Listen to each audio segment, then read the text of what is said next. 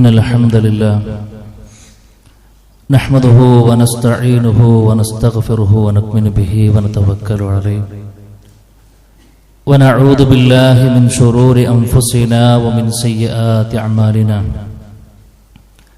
من يهده الله فلا مضل له ومن يضلل فلا هادي له وأشهد أن لا إله إلا الله وحده لا شريك له وأشهد أن محمدا عبده ورسوله أرسله بالهدى ودين الحق ليظهره على الدين كله ولو كره المشركون اللهم صل على محمد وعلى آل محمد كما صليت على إبراهيم وعلى آل إبراهيم إنك حميد مجيد أما بعد فإن خير الكلام كلام الله وخير الهدي هدي محمد صلى الله عليه وسلم وشر الأمور محدثاتها وكل محدثة بدعة وكل بدعة ضلالة وكل ضلالة في النار أعوذ بالله من الشيطان الرجيم بسم الله الرحمن الرحيم يا أيها الذين آمنوا اتقوا الله حق تقاته ولا تموتن إلا وأنتم مسلمون يا أيها الذين آمنوا اتقوا الله وقولوا قولا سديدا يصلح لكم أعمالكم ويغفر لكم ذنوبكم ومن يطع الله ورسوله فقد فاز فوزا عظيما بسم الله الرحمن الرحيم والله فضل بعضكم على بعض في الرزق فما الذين فضلوا براد رزقهم على ما ملكت أيمانهم فهم فيه سواء أفبنعمة الله يجحدون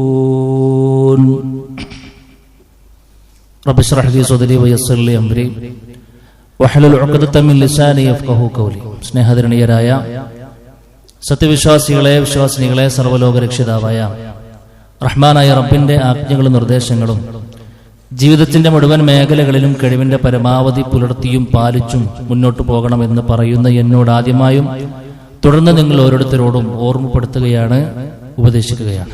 റഹ്മാനായ റബ്ബ് അവൻ ഇഷ്ടപ്പെടുന്ന മാർഗത്തിൽ ജീവിച്ച് മരിച്ച് സ്വർഗം അനന്തരം എടുക്കാനുള്ള തൗഫീഖ് നമുക്ക് എല്ലാവർക്കും നൽകി അനുഗ്രഹിക്കുമാറാകട്ടെ. സഹോദരങ്ങളെ, ഒരു വിശ്വാസി തന്റെ സ്വഭാവരംഗത്ത് ശ്രദ്ധിക്കേണ്ടുന്ന ഏറ്റവും പ്രധാനപ്പെട്ട ചില കാര്യങ്ങളെക്കുറിച്ചാണ് നമ്മൾ പറഞ്ഞു വന്നുകൊണ്ടിരിക്കുന്നത്. അതിലേക്ക് നമുക്ക് ചേർത്തി വെക്കാൻ കഴിയുന്ന ഒരു വിശ്വാസിയുടെ ജീവിതത്തിൽ ഒരിക്കലും ഉണ്ടാകാൻ പാടില്ല എന്ന് നബി കരീം സല്ലല്ലാഹു അലൈഹി വസല്ലം പഠിപ്പിച്ച, അത് ഉണ്ടാകുക വഴി നമ്മുടെ കർമ്മങ്ങൾ പല നിലക്കും പ്രശ്നങ്ങളിലേക്ക് വന്നേക്കാവുന്ന ഒരു വലിയ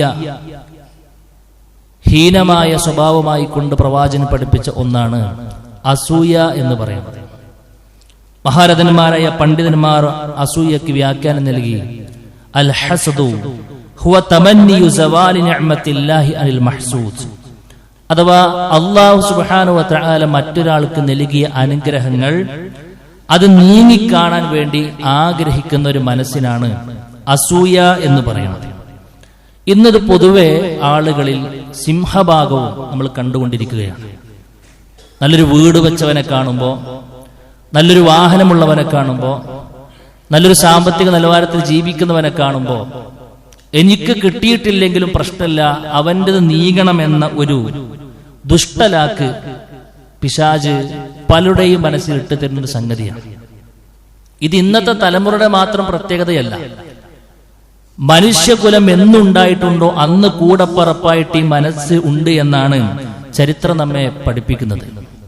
മഹാനായ ആദം നബി അലൈഹി സ്വലാത്തു വസ്സലാമയോട് സുജൂദ് ചെയ്യാൻ വേണ്ടി പറഞ്ഞപ്പോൾ, ആദം അലൈഹി സ്വലാത്തു വസ്സലാമയ്ക്ക് വേണ്ടി സുജൂദ് ചെയ്യാൻ വേണ്ടി പറഞ്ഞപ്പോൾ ഇബ്ലീസ് കൂട്ടാക്കാതിരുന്നത് അസൂയ കൊണ്ടായിരുന്നു. ചരിത്രത്തിലെ ഒന്നാമത്തെ കൊലപാതകം ആദം നബിയുടെ മക്കൾ പരസ്പരം നടത്തിയത്, ഖാബീൽ ഹാബീലിനെ വധിച്ചത് ഒരു അസൂയയിൽ നിന്നായിരുന്നു. മഹാനായ യൂസുഫ് നബി അലൈഹി സ്വലാത്തു വസ്സലാമിയെ സഹോദരങ്ങൾ പൊട്ടക്കിണറ്റിലേക്ക് ഇടാൻ, ആ പിഞ്ചു പൈതലിനെ വിടുത്ത് വലിച്ചെറിയാൻ അവരെ പ്രേരിപ്പിച്ച ഘടകം അസൂയയായിരുന്നു. ജൂതന്മാർ നബി കരീം സല്ലല്ലാഹു അലൈഹി വസല്ലമ എന്നൊരാൾ വരും എന്നും ഇന്ന ക്വാളിറ്റി ഒക്കെ ഉണ്ടാകുമെന്ന് സ്വന്തം മക്കളെ അറിയുന്നതിനേക്കാൾ ക്ലാരിറ്റിയോടുകൂടെ ജൂതന്മാർക്ക് അറിയാമായിരുന്നു. പക്ഷെ തങ്ങൾ ഉദ്ദേശിച്ച ഒരു ടീമിൽ നിന്നും ആയില്ല എന്നൊരു അസൂയ കൊണ്ടാണ് ആ സത്യം അവർ സ്വീകരിക്കാതിരുന്നത്. മക്കയിലെ മുശ്രിക്കീങ്ങൾ, അവർക്കും ആദർശം വ്യക്തമായിരുന്നു. പക്ഷേ ഞങ്ങളുടെ കൂട്ടത്തിലെ കുറച്ചുകൂടി തലയെടുപ്പുള്ള ആളുകളുടെ കൂട്ടത്തിൽ നിന്നായിരുന്നു വരേണ്ടത്. ഇതിപ്പോ കുറച്ച് ഡിഗ്രി കുറഞ്ഞു പോയല്ലോ എന്ന ആ ഒരു അസൂയ കൊണ്ടായിരുന്നു അവർക്കും ആ ദീന് കിട്ടാതെ പോയത്. മദീനയിലെ ജൂതന്മാരും അതേപോലെ തന്നെ മുനാഫിക്കുകളും ഒക്കെ കപട സ്വഭാവം പേറി നടക്കാനുള്ള കാരണവും നബി കരീം സല്ലല്ലാഹു അലൈഹി വസല്ലമയോടുള്ള അസൂയയായിരുന്നു എന്നാണ്. വെറുതെ ആലോചിച്ചു സുഹൃത്തുക്കളെ, ആ ഒരു അസൂയ കൊണ്ട് അവർക്ക് നഷ്ടപ്പെട്ടതിന്റെ ഘനം എത്രയാണ്. അല്ലാഹു സുബ്ഹാനഹു വ തആല ദീന് പോലും ഉൾക്കൊള്ളാൻ, ഹിദായത്തിന്റെ മാർഗത്തിലേക്കൊന്നും വരാൻ, സ്വർഗത്തെ അനന്തരം എടുക്കാനുള്ള ഒരു സൗഭാഗ്യമല്ലേ അവർക്കൊക്കെ നഷ്ടപ്പെട്ടത്. അതുകൊണ്ടാണ് നബി തങ്ങൾ നമ്മളെ പഠിപ്പിച്ചത് മാരകമായ പ്രത്യാഘാതങ്ങളാണ് അസൂയ വെച്ച് പുലർത്തുന്ന ഒരാളിൽ നിന്നും ഉണ്ടാകാൻ പോകുന്നത് എന്നാണ്. അള്ളാഹുവിന്റെ റസൂൽ സ്വല്ലല്ലാഹു അലൈഹി വസല്ലം പറഞ്ഞില്ലേ, കാവലിനെ ചോദിക്കാൻ മാത്രം വ്യാപ്തിയുള്ള ഒരു തെറ്റാണത്. ഓരോ വിശ്വാസിയും എല്ലാ നമസ്കാരത്തിന് ശേഷവും ഒരു തവണ സൂറത്തുൽ ഫലക്ക്, ഇഖ്ലാസ്, നാസ് ഓതുന്നില്ലേ സുഹൃത്തുക്കളെ? അതിലുള്ളൊരു വരി എന്താ? മിൻ ശർരി ഹാസിദിൻ ഇദാ ഹസദ്. അല്ലാഹുവേ, എന്റെ വിഷയത്തിൽ പലരും ഒരു പക്ഷേ അസൂയപ്പെടുന്നുണ്ടാകാം. അങ്ങനെ അസൂയപ്പെടുമ്പോൾ അതിൽ നിന്നും ഉണ്ടായേക്കാവുന്ന ഷർറുകളുണ്ട്. അതിൽ നിന്നെല്ലാം നീ എന്നെ കാവൽ നൽകണേ എന്നാണ്. നോക്കൂ നിങ്ങൾ, നമ്മുടെ മനസ്സിൽ ഒരാളെ കുറിച്ച് അസൂയയുണ്ടെങ്കിൽ അല്ലാഹ് പറയാണ് നമ്മളിൽ നിന്നും കാവലിന് ചോദിച്ചോ. അത് കുറച്ച് വിഷമുള്ള സാധനമാണെന്നാ പറയണത്. ആലോചിക്കണം നമ്മൾ. അല്ലാഹുവിന്റെ റസൂൽ സ്വല്ലല്ലാഹു അലൈഹി വസല്ലം പറഞ്ഞു, കണ്ണീർ അൽ ഐനു ഹഖ്ഖുൻ, കണ്ണീർ സത്യമാണ്. അത് ആരിൽ നിന്നാണ് ഉണ്ടാകുന്നത് ചോദിച്ചു കഴിഞ്ഞാൽ അസൂയയോടുകൂടെ നോക്കുന്ന ആളുകളിൽ നിന്നാണ് സംഭവിക്കുക. അതുകൊണ്ട് റഹ്മാനായ റബ്ബ് പറഞ്ഞു, നിങ്ങൾ ഒരിക്കലും ഒരു വിശ്വാസിയാണോ നിങ്ങൾ നിന്ന് ഉണ്ടാകാൻ പാടില്ല. വലാ തതമന്നൗ മാ ഫളലല്ലാഹു ബിഹി ബഅദുകും അലാ ബഅദ്. നിങ്ങളിൽ ചിലർക്ക് ചിലരേക്കാൾ അല്ലാഹു സുബ്ഹാനഹു വ തആല കൂടുതലായി പലതും കൊടുത്തിട്ടുണ്ടായിരിക്കും. അത് നിങ്ങൾ ആഗ്രഹിച്ചു പോകണ്ട. അല്ലാഹു നിങ്ങൾക്ക് കണക്കാക്കിയതൊക്കെ നിങ്ങളുടെ അടുത്തെത്തും. ഏറ്റ വ്യത്യാസം പരസ്പരം കാണുമ്പോൾ അതിലൊരിക്കലും നിങ്ങൾ അസൂയ വെച്ച് പുലർത്തരുത് എന്നാണ്. കാരണം അങ്ങനെ ഒരാൾ അസൂയ വെച്ച് പുലർത്തുന്നുണ്ടെങ്കിൽ, എന്നേക്കാൾ മറ്റുള്ളവർക്ക് അല്ലാഹ് കൊടുത്തപ്പോ അവനിൽ നമ്മൾ ഒരു മോശം സ്വഭാവം വെച്ച് പുലർത്തുന്നുണ്ടെങ്കിൽ അത് ഏതിനു തുല്യമാണെന്നറിയോ? അള്ളാഹുവിന്റെ തീരുമാനത്തിൽ നമ്മളൊരു അതൃപ്തി കാണിക്കലാണത്, അല്ലേ? അവൻക്ക് കൊടുത്തത് റബ്ബാണല്ലോ. ആ കൊടുത്തത് നമുക്കൊരു അടങ്ങലായി തോന്നുന്നുണ്ടെങ്കിൽ അള്ളാഹുവിന്റെ തീരുമാനത്തെ ചോദ്യം ചെയ്യുന്നതിന് തുല്യമാണ് എന്നാണ്. അല്ലാഹ് പറയാണ്, നഹ്നു ഖസംനാ ബൈനഹും മഈശതഹും ഫിൽ ഹയാത്തിദ് ദുനിയ.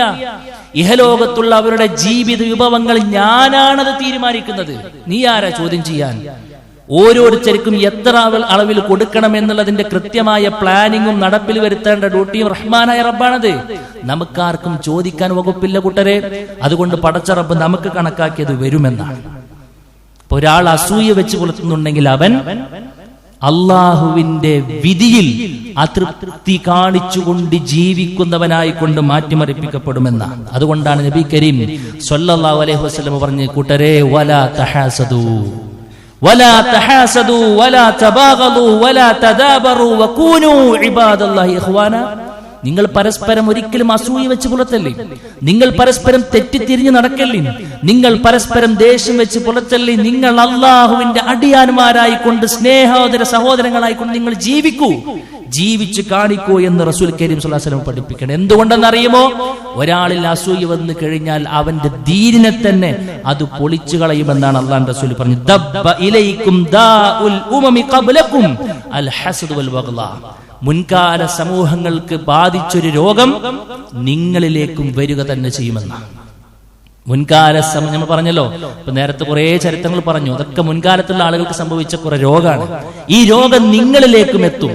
അള്ളാഹുവിന്റെ റസൂൽ സ്വല്ലല്ലാഹു അലൈഹി വസല്ലം തന്നെ പറഞ്ഞു ഏതാണ് രോഗം. ആ രോഗം ഒന്ന് അൽ ഹസദാണ്, അസൂയയാണ്. അത് വന്നു കഴിഞ്ഞാൽ അള്ളാഹുവിന്റെ റസൂൽ സ്വല്ലല്ലാഹു അലൈഹി വസല്ലം പഠിപ്പിക്കുകയാണ് ഹിയൽ ഹാലിഖത്തു, അത് തുടച്ചു മാറ്റിയിരിക്കുമെന്നാണ്. അത് തുടച്ചു മാറ്റിയിരിക്കുമെന്നാണ്. ലാ അഖൂലു തഹ്ലിഖു ശഅറ, ഒരു ശരീരത്തിൽ നിന്നും മുടിയെ നീക്കം ചെയ്യുന്ന കുറിച്ചല്ല പറഞ്ഞത്. വലാകിന്ന തഹ്ലിഖു ദീന, ഒരുത്തന്റെ ദീനിനെ തന്നെ അത് പൊളിച്ചു കളയുമെന്ന, ഈമാൻ നഷ്ടപ്പെടുമെന്ന അള്ളാഹുവിന്റെ റസൂൽ സ്വല്ലല്ലാഹു അലൈഹി വസല്ലം പഠിപ്പിച്ചത്. ഒരാളുടെ മനസ്സിൽ അസൂയ ഉണ്ടെങ്കിൽ അതിന്റെ അർത്ഥം എന്താണെന്നറിയോ? അവന്റെ ഈമാൻ ശരിയല്ല എന്നുള്ളതാ. കാരണം അള്ളാഹുവിന്റെ റസൂൽ പറയാ വലാ യജ്തമിആനി ഫീ ഖൽബി അബ്ദിൻ അൽ ഈമാൻ വൽ ഹസദു, ഒരു അടിമയുടെ മനസ്സിൽ ഒരിക്കലും ഈമാനും അസൂയയും ഒരുമിച്ച് നിൽക്കൂല എന്ന. അപ്പൊ നമുക്ക് ആരുടെങ്കിലും അസൂയ തോന്നുന്നുണ്ടെങ്കിൽ നമ്മുടെ ഈമാന് നല്ല ക്ഷതമേറ്റിട്ടുണ്ട് എന്നാണ് നമ്മൾ മനസ്സിലാക്കേണ്ടത്. മഹാനായ അലി റളിയല്ലാഹു അൻഹു പറഞ്ഞെന്താണെന്നറിയോ? എല്ലാ സ്വസ്ഥതയും നഷ്ടപ്പെടുമെന്നാണ്. ശരിയല്ലേ? നമ്മളൊരാളെ കുറിച്ച് ഇങ്ങനെ ആലോചിക്കുമ്പോ നമ്മുടെ BP, നമ്മുടെ പ്രഷറൊക്കെ ചെക്ക് ചെയ്ത് നോക്കി ഒക്കെ ഹൈ ആയിരിക്കും. അസൂയ പുറത്തിപ്പെടുന്നു. പിന്നെ ആരുടെ വിഷയത്തിലാണ് നമ്മൾ അസൂയ വെക്കുന്നത്? അയാൾക്കൊരു പ്രശ്നം ഉണ്ടാവില്ല, അദ്ദേഹം ചിരിച്ചു കളിച്ച് നടക്കുന്നുണ്ടാവും. അയാളെ കാണുമ്പോഴൊക്കെ ടെൻഷൻ അടിക്കുന്നത് നമ്മളാണ്. അയാളെ കാണുമ്പോൾ മുഴുവനും ടെൻഷൻ അടിക്കുന്നത് നമ്മളാണ്. നമ്മൾ ഉരുകി തീരുമെന്നാണ് അദ്ദേഹം പറഞ്ഞത്. അസൂയയിലൂടെ ഒരു വ്യക്തി സ്വന്തത്തെ കൊല്ലുന്നു എന്ന് മഹാനായ അലി റളിയല്ലാഹു അൻഹു പറഞ്ഞ വാചകം നമുക്ക് കാണാൻ കഴിയും. നിത്യമായ ദുഃഖം അദ്ദേഹം ഏറ്റെടുക്കുന്നു. നിത്യമായ ദുഃഖം അദ്ദേഹം മരിക്കുന്നത് വരെയും അസൂയയുടെ ആ വ്യക്തിയാണെങ്കിൽ, തന്റെ മുമ്പിൽ കാണുന്നവരോടൊക്കെ അസൂയ വെച്ച് കൊടുക്കുകയാണെന്നുണ്ടെങ്കിൽ അദ്ദേഹം ഫുൾ ടെൻഷനിലായിരിക്കും ജീവിതം. മനസ്സറിഞ്ഞ് ചിരിക്കാനോ നല്ല നിലക്കൊന്ന് ചിന്തിക്കാനോ അദ്ദേഹത്തിന് പറ്റാത്ത വിധം സ്വന്തത്തെ കൊന്നു തീർക്കുന്ന തുല്യമാണെന്ന് മഹാനായ അലി ഇബ്നു ഖത്താബ് റളിയല്ലാഹു അൻഹു പറയാണ്. അലി റളിയല്ലാഹുവിന്റെ വാചകത്തിൽ നമുക്കിത് കാണാൻ കഴിയും. മഹാരഥന്മാരായ പണ്ഡിതന്മാർ പറഞ്ഞു, നമ്മളുടെ ജീവിതത്തിൽ അസൂയയുണ്ടോ എന്ന് നോക്കാൻ പറ്റുന്ന ചില ലക്ഷണങ്ങൾ എന്താണെന്നറിയോ? അദ്ദേഹം പറയാണ് യഗ്താബ് ഇദാ ഖാബൽ മഹ്സൂദ്, ഒരു അസൂയ നമ്മളൊരാളെ വെച്ച് പുലർത്തുന്നുണ്ടെങ്കിൽ അദ്ദേഹത്തിന്റെ അഭാവത്തിൽ അവനെ പറ്റി പരദൂഷണം പറഞ്ഞുകൊണ്ടേയിരിക്കുമെന്നാണ്. അപ്പൊ നമ്മൾ ഒരാളെ കുറിച്ചിട്ട് നിങ്ങൾ വിചാരിക്കണമെന്നില്ല അവനിക്ക് ഇന്ന പ്രശ്നങ്ങൾ ഉണ്ടെന്ന് പറഞ്ഞിട്ട് നമ്മൾ ഇങ്ങനെ അറ്റാക്ക് ചെയ്തുകൊണ്ട് ഒരാളെങ്ങനെ പറയുന്നുണ്ടെങ്കിൽ ഉറപ്പിച്ച് പറയാൻ നമുക്ക് അദ്ദേഹത്തിനെയും ഈ മനുഷ്യനിക്ക് അസൂയുണ്ട് എന്നുള്ളതാണ്. പിന്നെ പറഞ്ഞു നേരിൽ കാണുമ്പോൾ ഹൃദയത്തിൽ നിന്നല്ലാത്ത അഭിനയ ചിരിച്ചിരിക്കുമെന്നാണ്. ഉള്ളിൽ മുഴുവനും പകയാണ്, ഉള്ളിൽ മുഴുവനും അവന്റെ അനുഗ്രഹങ്ങൾ നീങ്ങണമെന്ന ആഗ്രഹമാണ്, പക്ഷെ പുറത്തേക്ക് ഇങ്ങനെ ചിരിച്ച് കാണിക്കുമെന്നാണ്. മുസീബ, അവനിക്ക് എന്തെങ്കിലും മുസീബത്ത് ബാധിച്ചു എന്നറിഞ്ഞാൽ ഉള്ളുകൊണ്ട് സന്തോഷിക്കുമെന്നാണ്. സുഹൃത്തുക്കളെ, ആരുടെക്കെങ്കിലും അങ്ങനത്തെ ഉണ്ടെങ്കിൽ അത് ഒഴിവാക്കണം എന്നാ പറയാറ്. ഇങ്ങനത്തെ ഒരു അവസ്ഥ ഉണ്ടോ? അവനക്ക് കുറച്ച് വരുമാനം കുറഞ്ഞു എന്നൊരു വാർത്ത നമ്മൾ അവനെ കുറിച്ച് കേൾക്കുമ്പോൾ പടച്ചൊരിഞ്ഞിപ്പോ എന്താ ചെങ്ങായ കുടുംബത്തെ പോറ്റം കാട്ട എന്ന് ചിന്തിക്കുന്നതിന് പകരം ഉള്ളിൽ സന്തോഷമുണ്ടോ? അവന്റെ കുറച്ച് പണം നഷ്ടപ്പെട്ടു എന്ന് പറയുമ്പോ അത് വേണ്ടത് തന്നെ എന്ന് ചിന്തിക്കുന്നവരാണോ നമ്മൾ? അവന്റെ ദുഃഖത്തിൽ നേരിയ സന്തോഷമെങ്കിലും അറിയാതെ മനസ്സിൽ വന്നിട്ടുണ്ടെങ്കിൽ അക്ഷരം തെറ്റാതെ പറയാം, സഹോദര, നമ്മുടെ മനസ്സിൽ അസൂയയുണ്ട്, നമ്മുടെ മനസ്സിൽ അസൂയയുണ്ട്. അതുകൊണ്ട് അത് ഉണ്ടാകാൻ പാടില്ല. അതിനെ പരിപൂർണമായി കൊണ്ട് കഴുകിക്കളഞ്ഞ് ഒരു വിശുദ്ധമായ ഹൃദയം നേടാൻ വിശ്വാസികൾ പണിയെടുക്കണം. അത് മാറ്റിയെടുക്കാനുള്ള വഴികൾ എന്താണെന്നറിയോ? മഹാരഥന്മാരായ പണ്ഡിതന്മാർ പറഞ്ഞു, അസൂയ അത് മാറാനുള്ള ഏറ്റവും വലിയ മാർഗം എന്താ വെച്ച് കഴിഞ്ഞാല് എല്ലാം റഹ്മാനായ റബ്ബിന്റെ ഖലാഇന്റെയും ഖദറിന്റെയും അടിസ്ഥാനത്തിലാണ് നടക്കുന്നത് എന്ന ഒരു അടിസ്ഥാനപരമായ വിശ്വാസം നമുക്ക് ഉണ്ടാകണം എന്നുള്ളതാണ്. ആർക്ക് റഹ്മാനായ റബ്ബ് എന്ത് നൽകിയിട്ടുണ്ടെങ്കിലും എന്ത് തിരിച്ചെടുത്തിട്ടുണ്ടെങ്കിലും അതെല്ലാം റബ്ബിന്റെ കണക്കനുസരിച്ചാണ് നടക്കുന്നത്, അല്ലേ? എനിക്ക് റബ്ബ് കണക്കാക്കിയത് ഇൻഷാ അല്ലാഹ് എനിക്ക് കിട്ടിയിരിക്കും. 4ാമത്തെ മാസം പ്രായമാകുന്ന സമയത്ത് നമ്മൾ നമ്മുടെ ഉമ്മയുടെ ഗർഭത്തിലിരിക്കുന്ന സമയത്ത് സുഹൃത്തുക്കളെ ഒരു മലക്കിനെ റബ്ബ് പറഞ്ഞയച്ചിട്ടുണ്ട്. 4 കാര്യങ്ങളെല്ലാം എഴുതിയിട്ടുണ്ട്. അതിലൊരു എഴുത്തെന്താണെന്നറിയോ? നമ്മുടെ റിസ്കിനെ കുറിച്ചിട്ടാണ്. അന്ന് എഴുതി എഴുത്തിൽ നിന്ന് ഒരു ഹർഫ് പോലും ഒരു വറ്റുപോലും കൂടൂല. അന്ന് എഴുതി വെച്ചത് എന്താണോ അത് കിട്ടാതെയും നമ്മൾ പോകില്ല. പിന്നെ നമുക്കെന്ത് ടെൻഷനാണുള്ളത്? അതുകൊണ്ട് ഹലാലായ മാർഗങ്ങളിലൂടെ നമ്മൾ സഞ്ചരിക്കുക, ഒരു ഹറാമിലേക്ക് നമ്മൾ പോകാതിരിക്കുക. അതുകൊണ്ട് ആർക്കൊക്കെ എന്തൊക്കെ കിട്ടിയാലും കുറഞ്ഞാലൊന്നും നമ്മളെ ബാധിക്കുന്ന കേസല്ല. പടച്ചോൻ എനിക്ക് കണക്കാക്കിയത് ഉണ്ടെങ്കിൽ അത് വന്നിരിക്കും എന്നൊരു കൃത്യമായ ഈമാനാണ് നമുക്ക് എല്ലാവർക്കും വേണ്ടത് എന്നുള്ളതാണ് സൂചിപ്പിക്കുവാനുള്ളത്.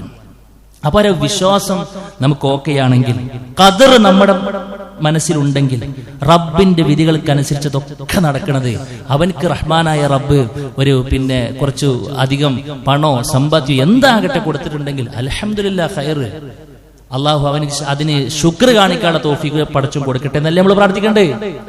അവന് നീങ്ങി കിട്ടണമെന്ന് പ്രാർത്ഥിച്ച് നമുക്ക് എന്ത് കിട്ടാനാ? അവൻ്റെത് നീങ്ങിയോണ്ട് നമുക്ക് എന്തെങ്കിലും മെച്ചണ്ടോ? ഒരു പക്ഷെ എന്താണെന്നറിയോ, നമ്മളടുത്ത് ഇല്ലാത്തൊരു സാഹചര്യത്തിൽ അവന്റെ അടുത്ത് ഉള്ളതായിരിക്കും നമുക്ക് ഉപകാരപ്പെടുക. നമ്മൾ അങ്ങനെ ചിന്തിക്കണം. നമ്മളടുത്ത് ഇല്ല, ഓക്കെ, പക്ഷെ നമുക്കൊരു ആവശ്യം വരുമ്പോ ചിലപ്പോ അവന്റെ മനസ്സിലായിരിക്കും പടച്ചറപ്പ് ഒരു ധ്വനി ഇട്ട് കൊടുക്കുക, അവൻ കുറച്ച് ക്രൈസിസിലാണ്, ഒന്ന് പോയി സഹായിച്ചു കൊടുക്കുന്നുള്ളത്. ആരാ നമ്മുടെ ലൈഫിൽ നമുക്ക് താങ്ങായി തണലായി വരാമെന്ന് പറയാൻ പറ്റൂല കൂട്ടരെ. അതുകൊണ്ട് ഈ സംഗതിയെ എടുത്തു മാറ്റാൻ ഒന്നാമതായി കൂടെ നമ്മൾ ശ്രദ്ധിക്കേണ്ടത് അള്ളാഹു കണക്കാക്കിയതൊക്കെയും നമുക്ക് ലഭിക്കുമെന്നാണ്. കണക്കാക്കാത്തത് നമ്മൾ എത്ര പരിതപിച്ചിട്ടും കാര്യമില്ല, അത് കിട്ടൂല. രണ്ടാമത്തെ വഴി എന്താണെന്നറിയോ? അള്ളാഹുവിന്റെ കോപത്തിന് താൻ വിധേയനാകുമെന്നുള്ളൊരു ഓർമ്മ നമുക്ക് ഉണ്ടാകണം. നമ്മൾ മറ്റുള്ളവരോട് അസൂയ വെച്ച് പുലർത്തുമ്പോ അത് റബ്ബിന് ഇഷ്ടമല്ലാത്ത കാര്യമാണ്. റബ്ബിന്റെ വിധിയിൽ ചോദ്യം ചെയ്യുന്നതിന് തുല്യമാണ്. അള്ളാഹുവിനെ ഡിസ്റ്റർബ് ചെയ്യലാണ് നമ്മൾ. റഹ്മാനായ റബ്ബിന്റെ കോപം എരന്ന് വാങ്ങലാണത്. റബ്ബിന്റെ കോപം എങ്ങാനും നമുക്ക് വന്നാൽ പിന്നെ എങ്ങനെയാണ് നമ്മുടെ വാക്കുകൾ ചെയ്യുന്നത് നമുക്ക് പറയാൻ പറ്റൂല. അതുകൊണ്ട് എന്റെ മനസ്സിൽ അസൂയ പൊട്ടുന്നുണ്ടോ, പടച്ചോനത് റബ്ബിന്റെ കോപം കിട്ടുന്ന ഏർപ്പാടാണല്ലോ എന്നാണ് കരുതിയിട്ട് അതൊന്നും എല്ലാം മാറണമെന്നാണ്. മൂന്നാമത്തെ കാര്യം എന്താണെന്നറിയോ? പ്രാർത്ഥിക്കണം എന്നുള്ളതാണ്. എന്തിനാ പ്രാർത്ഥിക്കേണ്ടത്? മറ്റുള്ളവരിൽ ഖൈറുകൾ കാണുമ്പോൾ മനസ്സ് തട്ടിയിട്ട് അല്ലാഹുവിന്റെ റസൂൽ പറഞ്ഞു, ഇദാ റഅ അഹദുകും മിൻ നഫ്സിഹി ഔ മാലിഹി ഔ മിൻ അഖീഹി മാ യുഅ്ജിബുഹു, തനിക്കോ തന്റെ സുഹൃത്തിനോ എന്തെങ്കിലും ഒരു അത്ഭുതപ്പെടുന്ന എന്തെങ്കിലും കണ്ടിട്ടുണ്ടെങ്കിൽ നിങ്ങൾ എന്താക്കണം? ഫൽയദ്ഉ ലഹു ബിൽ ബറക, അവന് ബറക്കത്തിന് വേണ്ടി പ്രാർത്ഥിക്കണമെന്ന്. ബാറക്കല്ലാഹു ഫീക്ക് എന്ന് പറയാൻ കഴിയണ സുഹൃത്തുക്കളെ, അത് നാട്ടുകാരെ ബോധ്യപ്പെടുത്താൻ വേണ്ടിയിട്ടല്ല, മനസ്സെന്ന് വരണം, അള്ളാഹു നിനക്കിതിൽ ബറക്കത്ത് നൽകട്ടെ എന്ന്. കാരണം ആ ബറക്കത്ത് ഉണ്ടെങ്കിലേ ആ നിഅമത്ത് മുന്നോട്ട് പോവുകയുള്ളൂ. നമ്മൾ അങ്ങനെ പ്രാർത്ഥിക്കുമ്പോൾ എന്താണെന്നറിയോ? മലക്കൾ നമുക്ക് വേണ്ടിയിട്ടും പ്രാർത്ഥിക്കുന്നുണ്ട്. അതുകൊണ്ട് സുഹൃത്തുക്കളെ, ഒരു ലെവലേശം പോലും നമ്മുടെ മനസ്സിൽ മറ്റുള്ളവർക്ക് കിട്ടിയ അനുഗ്രഹങ്ങൾ നീങ്ങിപ്പോകാനുള്ള ഒരു മനസ്സ് ഒരിക്കലും ഉണ്ടാകരുത് എന്നുള്ളതാണ് സൂചിപ്പിക്കുവാനുള്ളത്. നാലാമത്തെ കാര്യം എന്താണെന്നറിയോ? നാലാമത്തെ കാര്യം ഒരു പരിപൂർണമായ വിശ്വാസിയാകാൻ നമ്മൾ ശ്രമിക്കുക എന്നുള്ളതാണ്. അപ്പൊ ഇങ്ങനെ പരിപൂർണമായ വിശ്വാസിയുടെ ക്വാളിറ്റി എന്താ? അല്ലാഹുവിന്റെ റസൂൽ പറഞ്ഞു, ലാ യുഅ്മിനു അഹദുക്കും ഹത്താ യുഹിബ്ബ ലി അഖീഹി മാ യുഹിബ്ബു ലി നഫ്സിഹി. ഒരു കറകളഞ്ഞ ഈമാനിന്റെ വക്താവാണെങ്കിൽ അവന്റെ ക്വാളിറ്റി എന്താണെന്നറിയോ? തനിക്ക് താൻ എന്താണ് ഉദ്ദേശിക്കുന്നത് അത് മറ്റുള്ളവർക്ക് ഉണ്ടാകണം എന്ന് ആഗ്രഹിക്കേണ്ടവനാണ്. ഞാൻ മാത്രം രക്ഷപ്പെട്ടാ പോരാ, എന്റെ കുട്ടികൾ മാത്രം ഉഷാറായ പോരാ, എന്റെ പെൺകുട്ടിനെ കല്യാണം കഴിച്ചു കൊടുത്ത് മാത്രം സ്വസ്ഥയും സമാധാനം ഉണ്ടായാ പോരാ, എല്ലാവർക്കും അത് കിട്ടണം. എല്ലാവരും നല്ല നിലക്ക് ജീവിക്കട്ടെ, ആർക്കും ഒരു മുസീബത്ത് ഉണ്ടാകാതിരിക്കട്ടെ എന്ന് നമ്മൾ നമുക്ക് വേണ്ടി ആഗ്രഹിക്കുന്ന ഖൈറാത്തുകൾ വിശ്വാസികൾക്കും ഉണ്ടാകണമെന്ന് ആഗ്രഹിച്ചാൽ എന്തെങ്കിലും ചെലവുണ്ടോ സുഹൃത്തെ? നമുക്ക് എന്തെങ്കിലും ചെലവുണ്ടോ? നമുക്ക് പക്ഷെ കൂലിയുണ്ട് അല്ലേ? അവർ മനസ്സ് വെച്ച് പുലർത്തുമ്പോൾ അസൂയയെ നമുക്ക് നമ്മുടെ ജീവിതത്തിൽ നിന്ന് തുടച്ചു മാറ്റാനും കഴിയും. ഒരുപാട് ഖൈറുള്ള മനസ്സിനുടമയാകാൻ നമുക്ക് കഴിയുമെന്നാണ്. നമുക്കൊരു പരീക്ഷണം നാം ഭയപ്പെടുന്നുണ്ടെങ്കിൽ അങ്ങനത്തെ ഒരു മുസീബത്ത് ആർക്കും വരരുത് എന്ന് ആഗ്രഹിക്കേണ്ടവനാണ് വിശ്വാസി. ആ ഒരു നിലവാരത്തിലേക്ക് ഉയരുമ്പോഴേ പരലോകത്തിലേക്കുള്ള യാത്രക്ക് ഒരുങ്ങുന്നുണ്ട് എന്ന് പറയുന്നതിൽ അർത്ഥമുണ്ടാവുകയുള്ളൂ. അതുകൊണ്ട് നാലാമത്തെ വഴി അതാണ് എന്നുള്ളതാണ് സൂചിപ്പിക്കുവാനുള്ളത്. ഇങ്ങനെയൊരു മാറ്റം, ഇപ്പൊ മാറാനുള്ള വഴികളെ കുറിച്ച് പറഞ്ഞല്ലോ, ഇങ്ങനത്തെ ഒരു മാറ്റം നമുക്ക് സാധ്യമാകാൻ കഴിഞ്ഞാൽ അവനെ കുറിച്ച് അല്ലാഹുവിന്റെ റസൂൽ പറഞ്ഞെന്താണെന്നറിയോ? അവന്റെ ജീവിതം മുഴുവനും നന്മയിലായിരിക്കുമെന്നാണ്. ഈ മനസ്സിൽ ഈ മുസീബത്തിനെ മാറ്റി വെക്കാൻ നമുക്ക് കഴിഞ്ഞാൽ പിന്നെ മനുഷ്യൽ നിന്നും ഖൈറേ ഉണ്ടാകുള്ളൂ, ഖൈറേ ഉണ്ടാകുള്ളൂ. അല്ലാഹുവിന്റെ റസൂൽ പറയാ, ലാ യസാലു നാസു ബിഖൈരിൻ മാ ലം യതഹാസദു.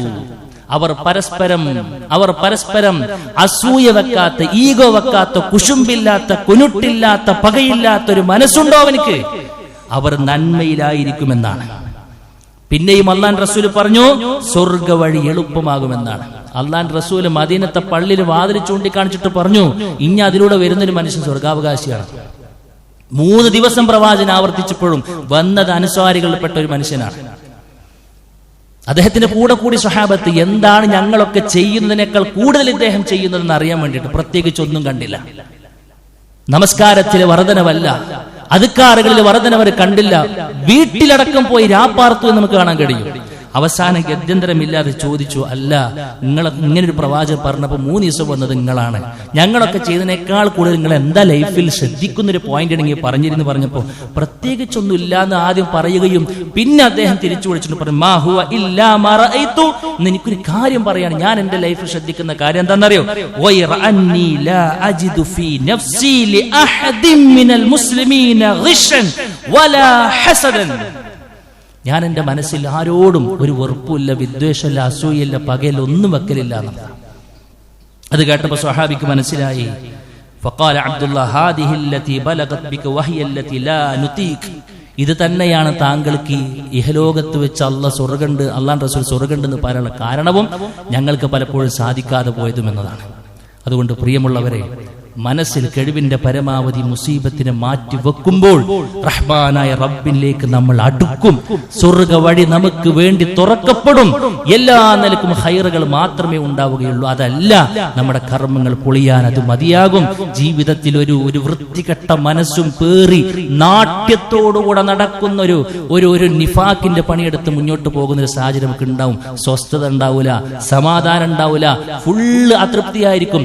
റബ്ബ് നമുക്ക് നൽകിയതിൽ എപ്പോഴും നീരസമായിരിക്കും. മനസ്സ് തട്ടി അൽഹംദുലില്ലാഹ് എന്ന് പറയാൻ നമുക്ക് കഴിയില്ല. നന്ദി കെട്ടവനായിക്കൊണ്ട് നമ്മൾ മാറും.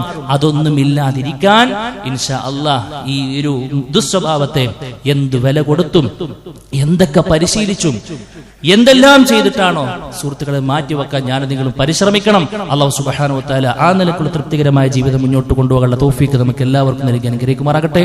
അഖൂലു ഖൗലി ഹാദാ അസ്തഗ്ഫിറുല്ലാഹ ലീ വലക്കും വലിജമീഇൽ മുസ്ലിമീന വസ്തഗ്ഫിറു മിൻ കുല്ലി ദം ഇന്നഹു ഹുവൽ ഗഫൂറുർ റഹീം.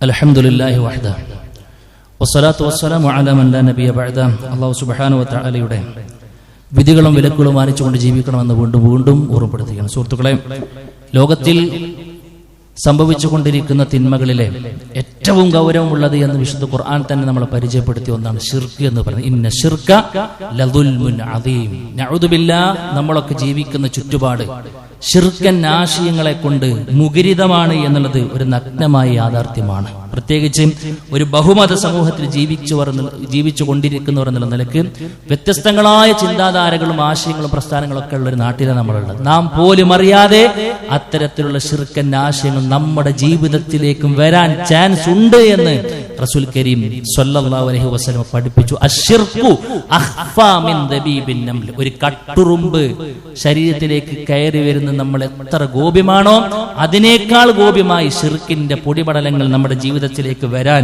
ചാൻസ് ഉണ്ട് എന്നുള്ളതാണ് സത്യം. അതുകൊണ്ട് സുഹൃത്തുക്കളെ, നമ്മൾ ശിർക്കിനെ കുറിച്ച് എപ്പോഴും ജാഗ്രത പാലിക്കണം എന്നുള്ളതാണ് സൂചിപ്പിക്കുന്നത്. ശിർക്കൻ വിശ്വാസങ്ങളിൽ തന്നെയും ഏറ്റവും ഗൗരവമുള്ളത് ഏതാണെന്നറിയോ? ശിർക്കൻ വിശ്വാസങ്ങൾ പറയും പല നിലക്കുണ്ട്. അതിൽ ഏറ്റവും ഗൗരവത്തിൽ അല്ലാഹു സുബ്ഹാനഹു വ തആല വിശുദ്ധ ഖുർആനിൽ പറഞ്ഞ ഒന്നാണ് അല്ലാഹുവിനൊരു സന്താനമുണ്ട് എന്ന് വാദിക്കുക. അള്ളാഹുവിനൊരു കുഞ്ഞുണ്ട് എന്ന് വാദിക്കുന്നതാണ് ഏറ്റവും വലിയ ഗൗരവമുള്ള ശിർക്ക് എന്ന. എത്രത്തോളമാണ് റഹ്മാനായ റബ്ബിന് ആ വാദഗതി അലോസരപ്പെടുത്തുന്ന, ദേഷ്യം പിടിപ്പിക്കുന്ന ചോദിക്കുമ്പോൾ സുഹൃത്തു മറിയമിൽ അല്ലാഹു സുബ്ഹാനഹു വ തആല തകാദു സമാവാതു യതഫത്തർന മിൻഹു വതൻഷഖുൽ അർളു വതഖിറുൽ ജിബാലു ഹദ്ദാ. ആകാശഭൂമികളൊക്കെ പടച്ച റബ്ബ് പൊളിച്ചു കളയുമെന്നാണ്. അത് പർവ്വതങ്ങളൊക്കെ ഇടിച്ച് തരിപ്പണമാക്കാൻ മാത്രം റഹ്മാനായ റബ്ബിനെ കോപാകുലനാക്കി കളയുന്ന കാര്യമാണ് അവർ അള്ളാഹുവിന് സന്താനമുണ്ട് എന്ന് വാദിക്കുന്ന ആ ഒരു വിശ്വാസം എന്ന് പറയുന്നത്. റഹ്മാനായ റബ്ബിന് അങ്ങനത്തെ ഒരു ഏർപ്പാടേ ഇല്ല, അതൊരിക്കലും യോജിച്ചതല്ല എന്നതാണ്. സുഹൃത്തുക്കളെ, ഈ ഇരിക്കുന്ന ആരും അങ്ങനെ വിശ്വസിക്കുന്നു എന്നതുകൊണ്ടല്ല പറഞ്ഞത്.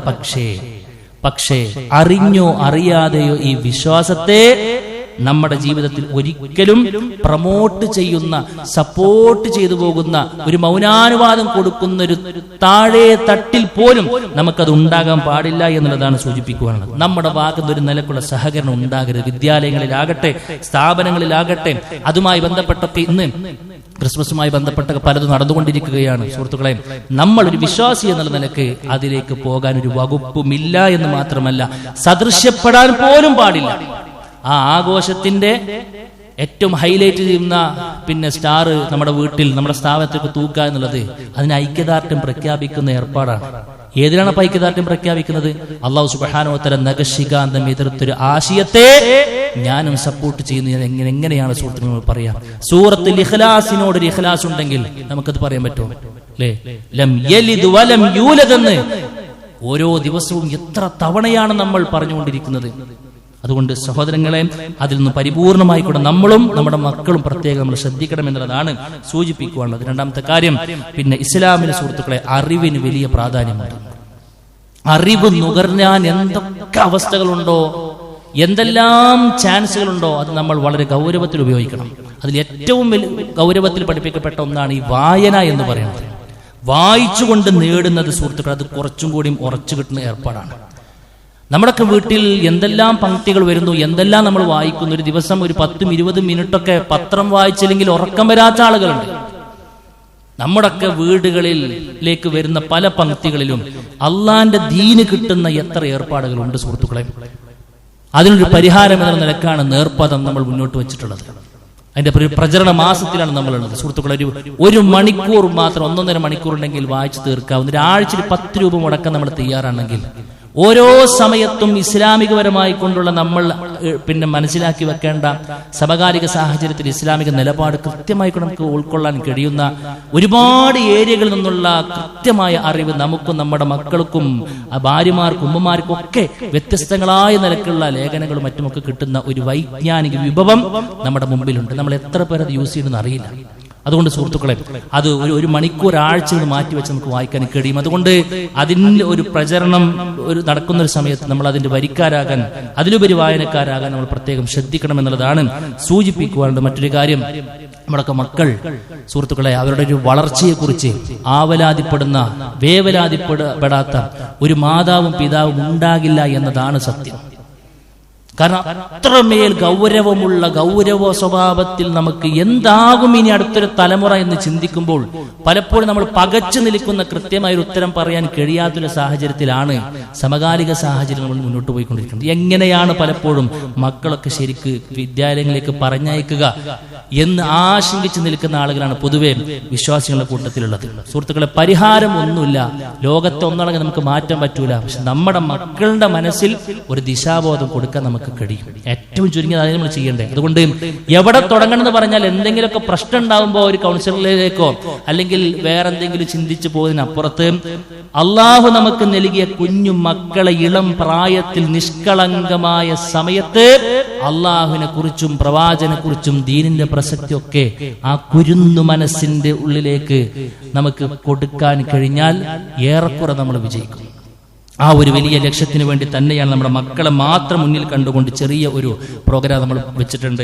24-ാം തീയതി ചൊവ്വാഴ്ച ആലത്തൂരുള്ള ആലിയ മഹൽ എന്ന് പറയുന്ന സ്ഥലത്ത് വെച്ച് നമ്മുടെ കുട്ടികൾക്ക് ഒരു 3-4 മണിക്കൂർ മാത്രം നീണ്ടു നിൽക്കുന്നത്, ഉച്ചഭക്ഷണത്തോടു കൂടെ പിരിയുന്ന, രാവിലെ ഒരു 9 മണിക്ക് തുടങ്ങി ഉച്ചയോടുകൂടെ തീരുന്ന ഒരു പ്രോഗ്രാം. ഒന്നുമില്ല, അവരോട് വരും, കുരുന്നു മക്കൾ ഒന്നിച്ചിരിക്കും, റബ്ബിനെ കുറിച്ച് അവർ കേൾക്കും, പ്രവാചകനെ കുറിച്ച് അവർ അറിയും, അവരുടെ മനസ്സിൽ പരമാവധി അള്ളാഹുവിന്റെ ദീനിനെ കുറിച്ച് സന്നിവേശിക്കുന്ന ഒരു പ്രോഗ്രാം. സുഹൃത്തുക്കളെ, മക്കളുണ്ടോ നമുക്ക്? നമ്മുടെ അധികാര പരിധിയിൽ മക്കളുണ്ടോ? കൊണ്ടുപോയി ആക്കാൻ കഴിയണം സുഹൃത്തുക്കളെ. അവരുമായി ബന്ധപ്പെട്ട് എന്തൊരു കാര്യത്തിൽ വലിയ ആവേശം കാണിക്കുന്നവരും നമ്മൾ. പക്ഷേ അള്ളാഹു നൽകിയ മക്കളിൽ അള്ളാഹിനെ കുറിച്ച് ബോധ്യപ്പെടുത്തി കൊടുക്കുന്ന എത്ര സദസ്സുകളിലേക്ക് നമ്മുടെ ചെറിയൊരു തുക നമ്മൾ ചെലവാക്കിയിട്ട് കൊണ്ടുപോകുന്നുണ്ട് എന്ന ചോദ്യത്തിന് തൃപ്തികരമായൊരു മറുപടി നമുക്കുണ്ടോ? ആത്മാർത്ഥമായി കൊണ്ട് ചിന്തിക്കണം എന്നുള്ളതാണ് സൂചിപ്പിക്കുവാനുള്ളത്. ഇൻഷാ അള്ളാഹ് ഈ ഒരു അവസരത്തെ ഏറ്റവും നന്നായി കൊണ്ട് ഉപയോഗപ്പെടുത്തണം. അതിലേക്ക് രജിസ്ട്രേഷൻ നടക്കുന്നുണ്ട്. പുറത്തെ സ്റ്റുഡൻസിന്റെ ഭാരവാഹികളുമായി ബന്ധപ്പെട്ടാൽ നിങ്ങൾക്ക് നമ്മുടെ മക്കളെ അതിലേക്ക് ചേർക്കാൻ കഴിയും. അള്ളാഹു സുബ്ഹാനഹു വ തആല എല്ലാ അർത്ഥത്തിലും എല്ലാ നിലക്കും ദീൻ ഉൾക്കൊള്ളുവാനും അത് പ്രചരിപ്പിക്കുവാനും നമ്മുടെ വരും തലമുറയെ ഏറ്റവും നല്ല രൂപത്തിൽ ദീന് കൈമാറ്റം ചെയ്യുന്നിടത്ത് ഗണ്യമായ പങ്ക് വഹിക്കാനും ഒക്കെയുള്ള തൗഫീഖ് റഹ്മാനായ റബ്ബ് നമുക്ക് എല്ലാവർക്കും നൽകി അനുഗ്രഹിക്കുമാറാകട്ടെ. അല്ലാഹുവേ, അറിഞ്ഞും അറിയാതെയും വന്നുപോയിട്ടുള്ള ചെറുതും വലുതുമായ മുഴുവൻ തെറ്റുകളും കുറ്റങ്ങളും വിട്ടുപുറത്ത് മാപ്പാക്കി തരണമേ റഹ്മാനെ. അല്ലാഹുവേ, ഞങ്ങളുടെ കൂട്ടത്തിൽ നിന്ന് മരിച്ചുപോയ ഞങ്ങളുടെ മാതാപിതാക്കൾ, കൂട്ടുകുടുംബക്കാർ, ആദർശ ബന്ധുക്കൾ, അല്ലാഹുവേ കബറുകൾ വിശദമാക്കി കൊടുക്കണമേ റഹ്മാനെ. നാളെ അവരെയും ഞങ്ങളെ നിന്റെ ജന്നാത്തിൽ ഫിർദൗസിൽ ഒരുമിച്ച് കൂട്ടി അനുഗ്രഹിക്കണമേ റഹ്മാനെ. അല്ലാഹുവേ, രോഗം കൊണ്ടും കടം കൊണ്ടും ഒക്കെ ഒരുപാട് പ്രയാസം അനുഭവിക്കുന്ന ഒരുപാട് സുഹൃത്തുക്കൾ, സഹോദരിമാർ, മാതാപിതാക്കൾ, അല്ലാഹുവേ എല്ലാവരുടെയും പ്രയാസം ദൂരീകരിക്കണമേ റഹ്മാനെ. ഞങ്ങളുടെ മക്കളിൽ ഇണകളിൽ ഞങ്ങൾക്ക് നീ കൺകുളിർമ നൽകി അനുഗ്രഹിക്കണമേ റഹ്മാനെ. അല്ലാഹുവേ, കേൾക്കുന്നതിനനുസരിച്ച് ജീവിതത്തെ ക്രമപ്പെടുത്തി മുന്നോട്ട് പോകാനുള്ള ഏറ്റവും വിശാലമായ സൗഭാഗ്യം ഞങ്ങൾക്ക് എല്ലാവർക്കും നൽകി അനുഗ്രഹിക്കണമേ റഹ്മാനെ.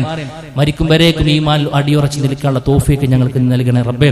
അല്ലാഹുമ്മ ഗഫിർ ലിൽ മുഅ്മിനീന വൽ മുഅ്മിനാത്ത് വൽ മുസ്ലിമീന വൽ മുസ്ലിമാത്ത് വൽ അഹ്യാഉ മിൻഹും വൽ അംവാത്ത് إنك مجيب دعوات يا قاضي الحاجات. اللهم أجرنا من النار، اللهم أجرنا من النار، اللهم أجرنا من النار. ربنا تقبل منا إنك أنت السميع العليم وتب علينا إنك أنت التواب الرحيم. آمين آمين برحمتك يا أرحم الراحمين.